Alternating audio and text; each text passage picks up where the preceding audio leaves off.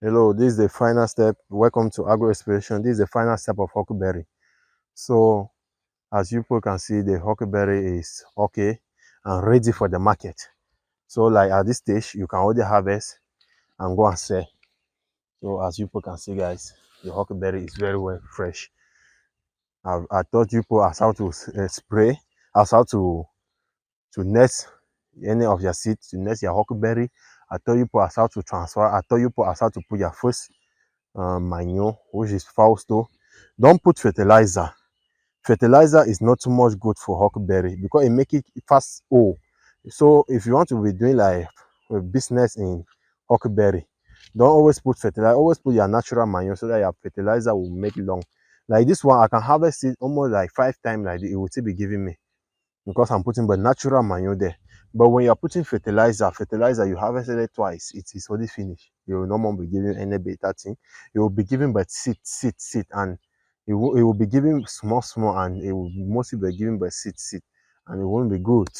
So I usually advise people to use their natural manure, which is Fausto. It even enriches the ground and even enrich the soil. So this is the final step of huckleberry.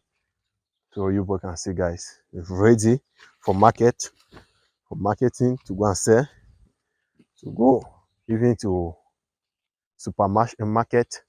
Is ready. People can see outside it's fresh. So when you harvest like this, you come and read it. When you harvest like this, you read it again and you throw your manure. Don't throw fertilizer. Avoid throwing fertilizer on your crops too much. Avoid putting fertilizer on this local crop them, on this vegetable them. It's not too good. So always make your thing them good for the market. Put by your manure. So when we harvest like this, immediately we'll harvest, we'll clean, we'll move all the grasses on the bed again and put another small manure there. And immediately it start growing, we'll spray it with to treat it.